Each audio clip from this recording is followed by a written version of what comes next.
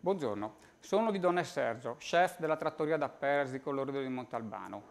Volevo presentarvi un piatto a base di trota del Friuli Collinare, della zona di San Daniele.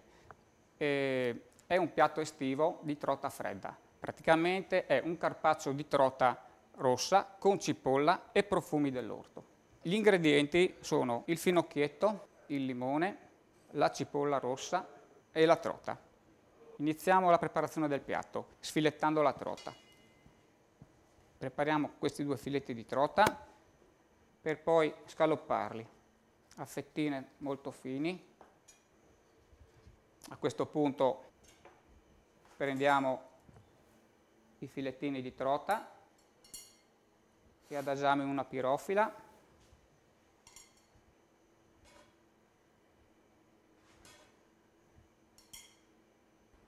Prendiamo la cipolla e la taglieremo a julienne.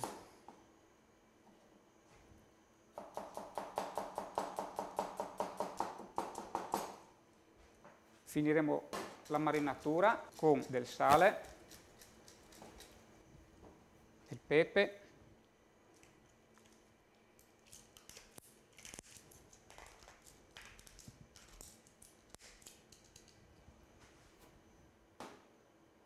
del succo di limone,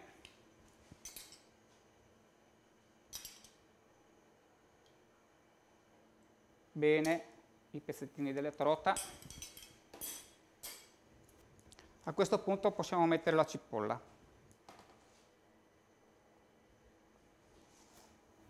Continuiamo mettendo il finocchietto.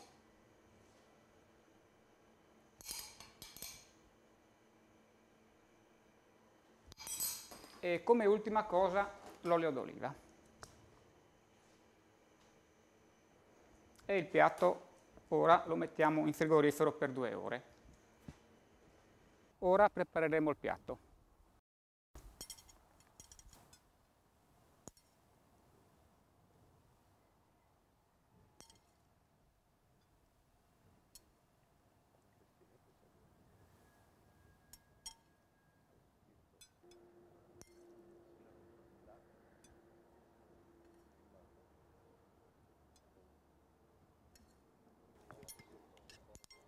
Lo finiamo mettendoci sopra un po' del suo sugo.